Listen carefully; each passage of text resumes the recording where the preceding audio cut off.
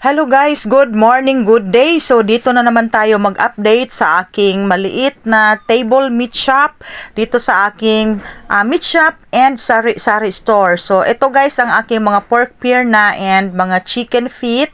Dito naman yung ating boneless bangos. So ito lahat guys ang display natin. So as usual, yung mga lamas natin, bombay, ahos, luya, and meron din tayong sinamak. So pag meron kang meat shop, kailangan meron ka talagang mga frozen foods. And then, pag may display ka na guys, so merong mga ahente, yung mga kagaya ng mga sinama ko ay makikita na nila na meron kang display. So mag-offer na yan sila. So itong aking mga sukang sinamak from Awi Sukarap ay consignment yan siya. So malaking bagay, nag-iwan ng mga stocks dito sa aking meat shop. And yung kung ano lang ang ma-sold out, yun lang ang aking babayaran. So malaking opportunity yan guys, no? Pag tayo ay merong tindahan, so maganda talaga ang negosyo para sa amin ng aking mister kasi maraming opportunity, no? Kagaya ng mga supplier na mag-iiwan sa'yo ng stocks at consignment pa. So meron din akong bagong stocks dyan,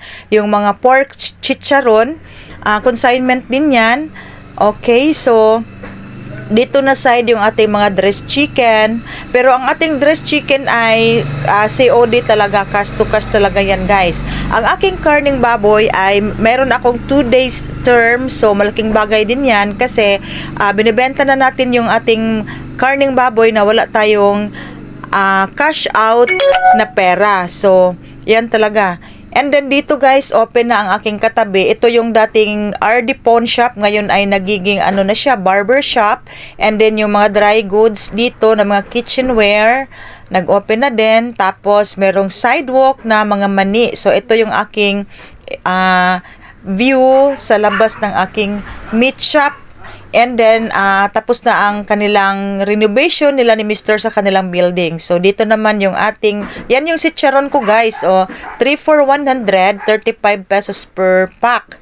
Okay, yan yung aking mga sandwiches and mga gardenia loaf bread. And mga peanut butter. So, kung ano lang guys, no, ang malakas, yan talaga ang ibebenta natin para madagdagan ang ating sales. So, kaunti na lang guys, 2 na lang ang aking peanut butter na maliit. Napakalakas ng peanut butter guys, no, alam nyo. At dagdag income natin yan siya.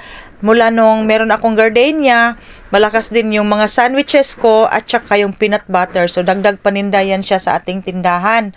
Okay, so ito yung gilid namin. Tapos, yan yung view ng aking maliit na sari-sari store. And sa labas yung aking table meat shop. So, meron tayong 2 freezer sa harapan. Yan yung aking freezer ng mga hotdog and Selecta ice cream. So, eto guys ang aking sari-sari store. At ang dinamihan ko dyan yung aking mga pansit canton kasi kapartner yan ng ating mga karning baboy and mga ricados. Okay, so wanted tendera tayo kasi yung isa kong tendera ay sa September manganganak na siya. So may customer tayo dyan. So, ito guys, pagpasensyahan nyo na lang ang aking camera. Dahil shaky talaga, ito yung Android, ito yung dating cellphone ko na ginagamit. So ito yung laman ng ating freezer. Ang daming wala sa sa Virginia, kaunti lang ang ating na order. Yan guys, wala nang tocino roll, walang tocino roll dyan. So dito banda meron tayong mga skinless na pork, chorizo, mga soft drinks, and noodles and pancit canton. And yan guys ang aking mga graham. Nag-stocks na naman tayo ng graham and yung mga palamig natin. So yan guys lahat. Meron din akong 2 case na Coke 1.5 nililiver sa panel. And dito yung ating mga canned goods dyan. And balik tayo dito. Ito yung pork belly and kasim. Pork pierna. So yan guys lahat yung mga display natin. Yan, and may boneless bangus pa tayo. Alam niyo guys, noong nag-umpisa pa kaming nagnegosyo, ay grocery lang kami and rice and feeds. And then, pagdating ng ilang mga years, at yung aking anak ay nagka-college na, so hindi na sapat ang aming income sa aming grocery. Tapos ang aming barangay dito ay nag-improve na siya, so ang dami ng mga grocery store, yung mga kapitalista kagaya ng NCCC and Lots for Less. Kaya naisipan namin ni Mr. na kailangan magdagdag talaga kami ng business na makapagtusto sa pag-aaral ng aming anak. So, yun ang naisipan ni Mr. kasi dito sa area namin, wala pang, merong isang nagbebenta ng mga karning baboy, pero pakunti-kunti lang ang kanyang display. So, naisipan ng aking Mr. na magtitinda ng dressed chicken and karning baboy. Tapos, syempre, pag may display ka na, may mga hahanapin yung customers, kagaya ng hotdog, mga frozen foods, mga chorizo. So, diyan na ako nagdagdag ng mga hotdog, iba't ibang klaseng hotdog. So, timing nung panahong iyon, bagong-bago ang mga Virginia products at hindi pa siya masyadong kilala. So, yung mga hotdog ko dati ay galing sa Pure Foods, and then medyo mahal ang Pure Foods.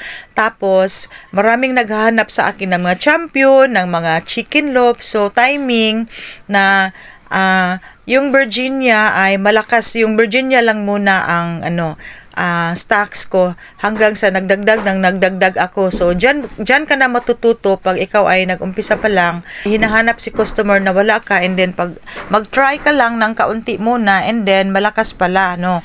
Kagaya ng itong gardenia din, dito sa area namin walang bake shop, medyo malayo pa ang bake shop. So naisipan kong magtitinda ng mga loaf bread. Hinanap ko talaga ang ahente ng gardenia para makapag-stocks ako. So sa awa ng Diyos ay nakuha ko ang number ng ahente. So magto 2 years or 3 years na akong may gardenia loaf bread dito sa aking tindahan. Tapos naisipan ko rin na magbebenta ng mga peanut butter, kasi yung katabing tindahan ko ay nagbebenta din siya ng mga bread box at nakita ko meron siyang peanut butter. So doon ako naka-ideya na magbebenta din, and then malakas pala siya. So biruin nyo, yung aking 30 pieces na maliit and then 30 pieces na malaki ay madali lang mauubos, hindi siya aabot ng 2 weeks, no. So fast moving talaga yung mga display ko sa labas, and then back up itong aking sari-sari store, kasi sayang naman din may maghahanap ng pancit canton, mga bihon, so mga mineral water, may maghanap, at napakalakas yung 500 ml and 1 liter. So ganyan kaganda ang pagtitinda, ang pagninegosyo. Ito ang magandang combination talaga, guys, ang sari-sari store and meat shop, frozen foods, kasi dito namin napapaaral ang 4 na mga anak namin, and then ang mahal pa naman ng mga kurso nila, mga nursing, mid-tech. So pag nagsari-sari store lang kami, guys, ay hindi talaga namin masustain ang kanilang tuition fee.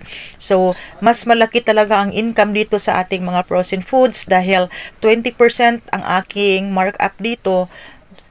Yan, para makapag-ipon-ipon din ako everyday para sa kuryente namin. So ganyan ang aking ginagawang diskarte. So sa mga nagbalak na negosyo, pag maganda ang inyong location, ito talaga ang the best, no, the best business